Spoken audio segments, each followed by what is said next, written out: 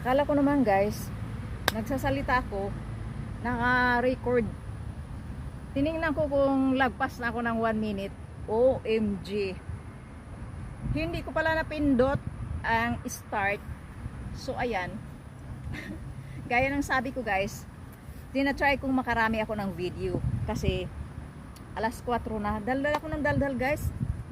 Tingin ko mga more than 60 minutes na yon. Nang tingnan ko kasi turn off ko na. Yung pala hindi ko pala na turn on. Oh my god. Ayan. Yan nga, lumipat ako dito. Nag-video pa man din ako guys simula doon. Yung pala hindi pala naka-turn on yon. So ito na nga. Mag-try ako. Sana walang umakit mga maintenance dito. Para dito ko na matapos yung 1.5 hour ko na oras. Para makauwi na ako. Ayan.